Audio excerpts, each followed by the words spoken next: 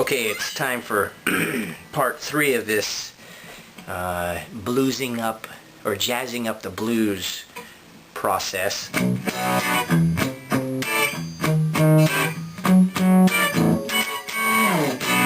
That's where we left off, I believe, on part 2 was about adding the dominant 7th climb, which goes up 3, up 3, up 3, and up 3 again, of course. You can go up indefinitely.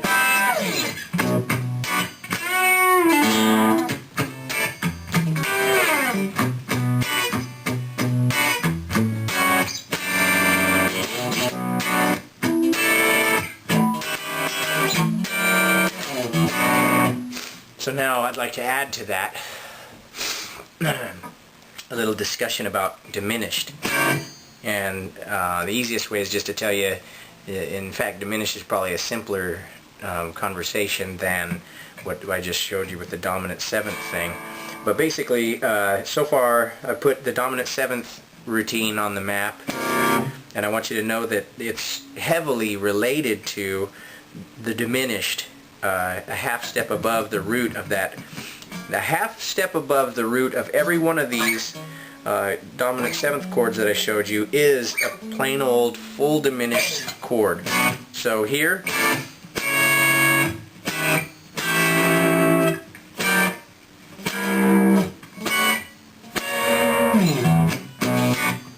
and that's just in case you can't see what I'm doing here, it's this kind of diminished chord.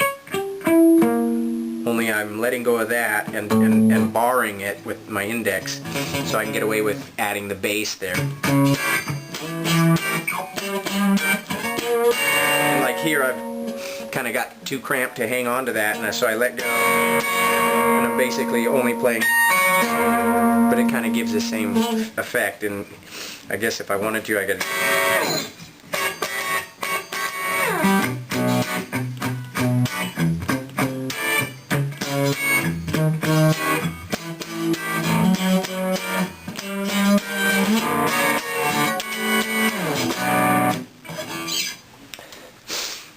So there you go, you can use it by itself.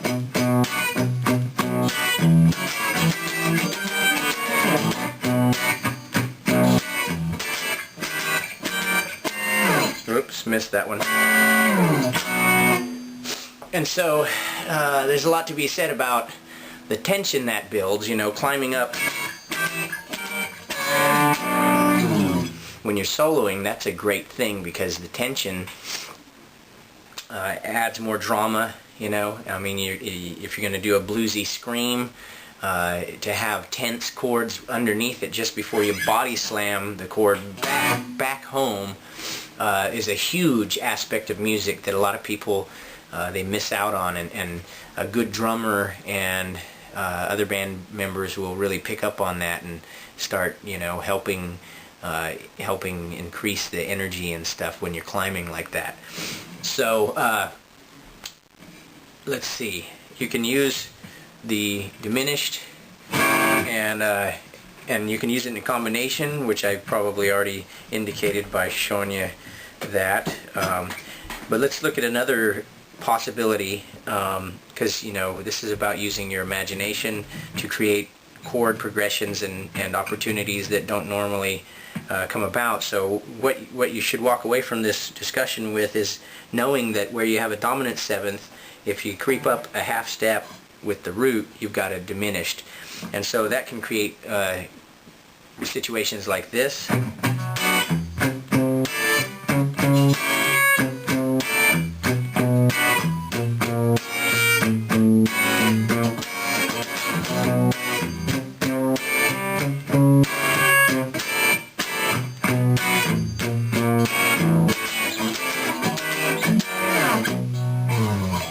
And as I said before, you won't fully appreciate it until you try soloing over it. So it's probably a good idea to rewind the video and play that as a loop over and over and get an idea what it actually causes your solo to sound like, because I believe it would take your same old stale boring blues solo, if that's where you're at, and that's just a matter of opinion.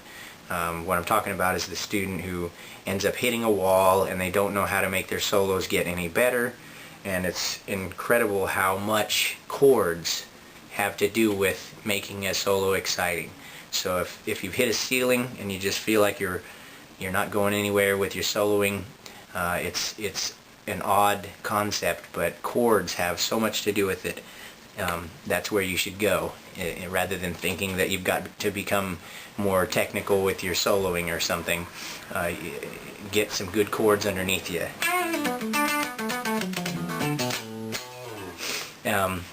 I always point out to my students too how interesting it is that after a great solo, quite often on stage you'll see the soloist take a bow, but also point to the rhythm section and point to them as if, hey, you know, they're really responsible for how awesome that solo was.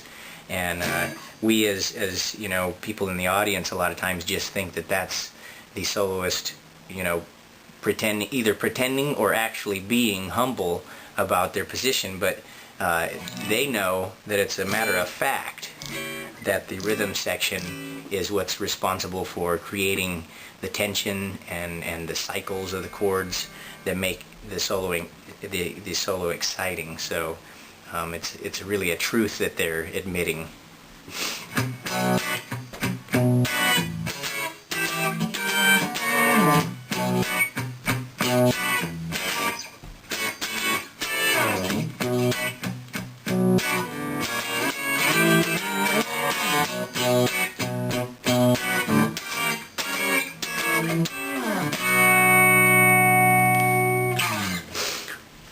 Now, one final comment about the diminished chord.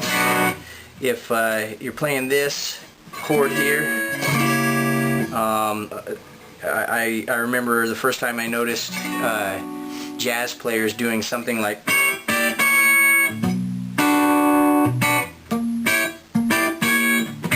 I didn't understand what was going on with the little pinky move, but and I think the most confusing part was how sometimes you'll see them move the pinky note out just one fret.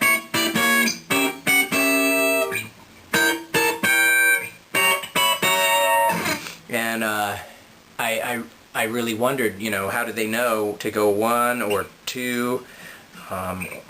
And the answer to that question is actually quite simple. It's the same answer, the same rationale I gave when we talked about why this one's here and why for this dominant 7th it's here. And if you don't understand what I'm talking about, I believe you need to go back to part 1 of this trilogy little video series, because it's the answer quite simply is the pre-existing notes that are in the scale.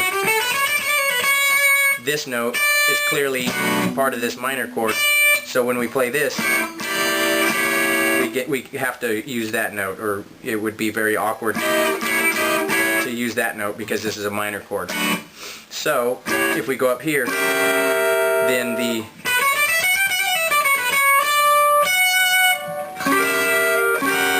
those are the notes that are, according to the scale we're playing, those are the naturally occurring notes, and this is not one, so you wouldn't want to go, it would sound awkward. Then going up here again,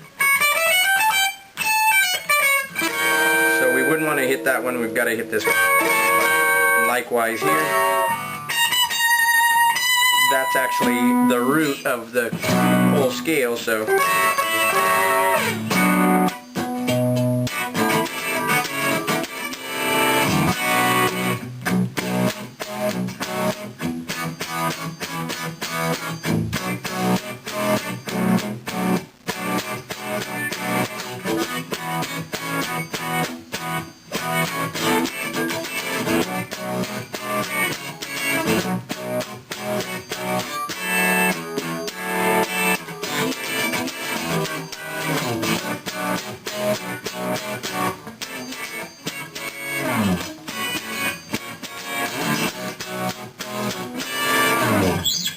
so you can use it in many creative ways once you know it's there. So hopefully a lot of this made sense, and you'll know that it's there, and you'll know how to use it creatively.